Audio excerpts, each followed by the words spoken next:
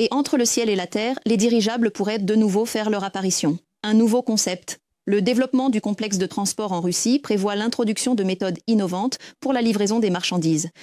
Parmi eux, l'utilisation de ballons dirigeables. Pourquoi ont-ils été abandonnés par le passé et à quel point ce mode de transport est-il sûr aujourd'hui? Alexandre Blinikov a mené l'enquête. L'idée de ce navire est basée sur la loi d'Archimède. L'air repousse littéralement l'hélice remplie d'un gaz plus léger. Les premiers prototypes étaient trop fragiles et peu fiables. La popularité des dirigeables n'est venue qu'après que le comte Ferdinand von Desprines se soit lancé dans l'aventure au début du XXe siècle. Un hôtel volant qui transportait 72 passagers et 30 membres d'équipage. Il était immense. Les aéronefs Zeppelin ne faisaient pas que transporter des passagers plus rapidement que les moyens terrestres de l'époque. Ils le faisaient avec un faste et un confort inégalé. Les gens venaient dans le salon au son du piano à queue. Mais il y avait tout de même un sérieux inconvénient à ces vaisseaux célestes. Les dirigeables modernes fonctionnaient à l'hydrogène hautement explosif.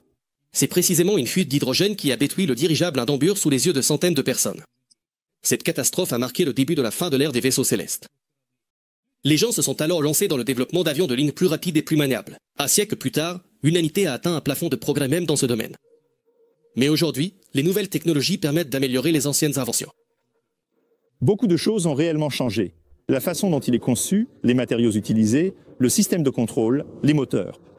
À l'intérieur, il est rempli d'un gaz sûr, l'hélium. Ceci est un prototype de dirigeable de nouvelle génération, moderne. Contrairement à ses anciens prédécesseurs, il est bien plus sûr. La machine sera exploitée à une vitesse de croisière de 120 à 130. Même en ligne droite, il faut savoir qu'un camion de marchandises roulant à cette vitesse ne pourrait tout simplement pas couvrir cette distance. Les experts sont arrivés à la conclusion qu'une telle machine serait utile pour le transport de marchandises, surtout dans les régions du pays où la logistique est complexe.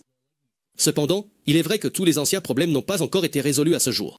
Assurer son maintien au sol en toute sécurité est sans aucun doute l'une des responsabilités les plus importantes.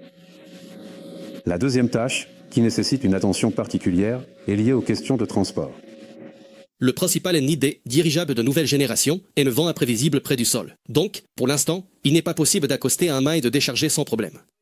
Le risque d'accident demeure. C'est pourquoi les scientifiques proposent d'ajouter des technologies de type quadricoptère à l'aérostat.